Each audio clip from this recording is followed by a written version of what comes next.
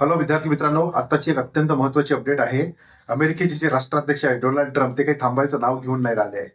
दर आठवड्याला काही ना काही नवीन गोष्ट जी आहे ती आपल्या कानावर येते आणि ती भारतासाठी नेहमी निगेटिव्ह राहिलेली आहे. आता आज त्यांनी एक नवीन पॉलिसी जी आहे ती जारी केली आहे आणि ती पॉलिसी आहे H1B विजाची.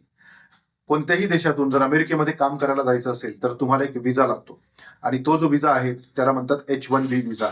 तर आधी त्याची जी फीज होती ती कमी होती आणि मॅक्सिमम लोक जे आहे भारतातले, जे IT सेक्टर मधले आहे, ते अमेरिकेमध्ये जायचे, त्यांना भरपूर पॅकेज मिळायचं.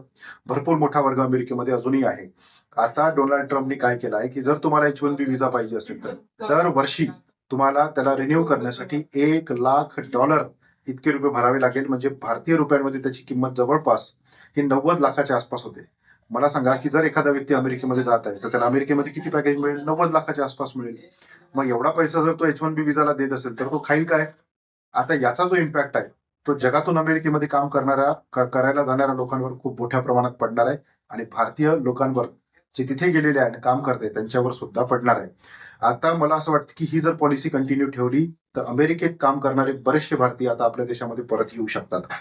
तर बघूया इथून पुढे काय होते आणि देव करो आणि त्या डोनाल्ड ट्रम्पला थोडी सद्बुद्धी देवो.